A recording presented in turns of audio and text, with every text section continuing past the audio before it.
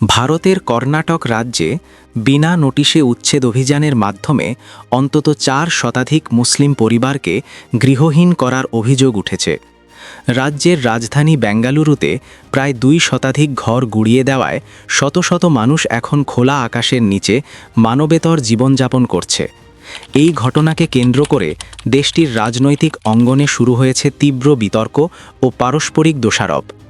ঘটনাটি ঘটেছে বেঙ্গালুরুর কোগিলু গ্রামের ফকির কলোনি এবং ওয়াসিম লেআউট এলাকায়। ভারতীয় সংবাদ মাধ্যমের প্রতিবেদনে বলা হয়েছে, গত 22 ডিসেম্বর ভোর আনুমানিক 4টার দিকে হঠাৎ করেই ওই এলাকায় উচ্ছেদ অভিযান চালানো হয়। অভিযানে অংশ নেয় Bengaluru solid waste management limited এবং বিপুল সংখ্যক পুলিশ সদস্য। স্থানীয়দের অভিযোগ, কোনো ধরনের আগাম নোটিশ ছাড়াই বুলডোজার দিয়ে বসতঘর ভেঙে ফেলা হয়। বছরের এই সময়ে বেঙ্গালুরুতে যখন তীব্র শীত বিরাজ করছে, তখন নারী, শিশু ও বৃদ্ধসহ শত শত মানুষকে ঘরছাড়া করা হয়েছে। আমরা এখানে প্রায় 25 বছর ধরে বসবাস করছি। আমাদের সবার কাছে ভোটার আইডি রয়েছে, কিন্তু হঠাৎ ভোরে এসে পুলিশ আমাদের ঘর ছাড়তে বলে। কিছুই বের করার সময় পাইনি। ক্ষতিগ্রস্ত পরিবারগুলোর দাবি, অভিযানের সময় অনেকেই গুরুত্বপূর্ণ কাগজপত্র, শিক্ষা সনদ, ঔষধ, এমনকি দৈনন্দিন প্রয়োজনীয় জিনিসপত্রও উদ্ধার করতে পারেননি। মুহূর্তের মধ্যেই তারা হয়ে পড়েছেন সম্পূর্ণ আশ্রয়হীন।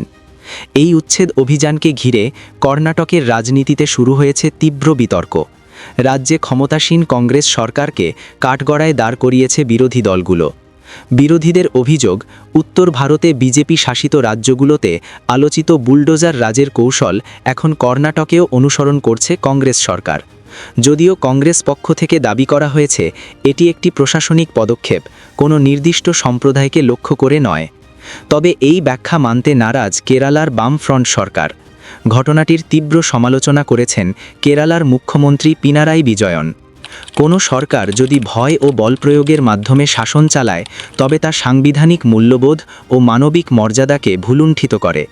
পিনারাই বিজয়ন কংগ্রেস সরকারের বিরুদ্ধে সংখ্যালঘু বিরোধী রাজনীতি বাস্তবায়নের অভিযোগ তুলেছেন।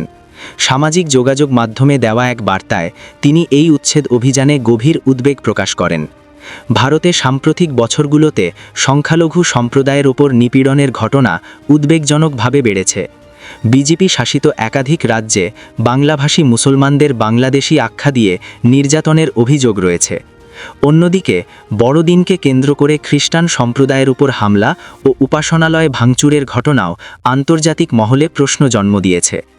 মানবাধিকার সংগঠনগুলোর মতে, এ ধরনের উচ্ছেদ ও সহিংসতা ভারতের বহুত্ববাদী চরিত্র এবং গণতান্ত্রিক কাঠামোর জন্য মারাত্মক হুমকি হয়ে উঠছে।